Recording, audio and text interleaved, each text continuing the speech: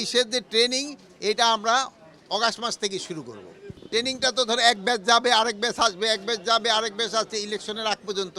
SP ওসিদের পরিবর্তন এটা তো কন্টিনিউয়াস হইতেই থাকতেছে, এটা হইতে থাকবে, এটা তো সবসময় পোস্টিং হইতেছে। মাদকটা কিন্তু আমাদের সমাজে যেইভাবে রন্ধে রন্ধে ঢুকে গেছে, এইটাকে কিভাবে বন্ধ করা যায়। এই জন্য আমরা কক্সবাজারও আপনারা জানেন আমরা বিরাট একটা হাই কমিটি গিয়েছিলাম এবং তাদের যে অ্যাচিভমেন্টটা কি এইটা দেখার জন্য। এখানে দেখা গেছে যে ওখানে যাওয়ার পরে আমাদের কিছুটা সুফল আমরা পেয়েছি। মাদকের ধরার পরিমাণটা অনেক বাড়ছে, কিন্তু মাদকের কেরিয়ারগুলি ধরা পড়তেছে, কিন্তু গডফাদারগুলি এখনও ধরা পড়তেছে না। গডফাদারগুলি ধরা না পড়ার আমাদেরও কতগুলি সংস্থা আছে, তাদেরও কিছুটা দায় রয়ে গেছে। আমরা সবার থেকে সব ধরনের সহযোগিতা পাচ্ছি না।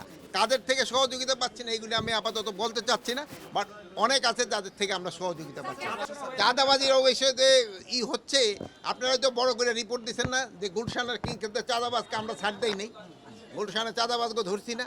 কোনো চাঁদাবাজকে ছাড় দেওয়া হবে না, সে যত বড় লোকই হোক এবং যত প্রভাবশালী হোক না কেন, কাকেই ছাড় দেওয়া হবে।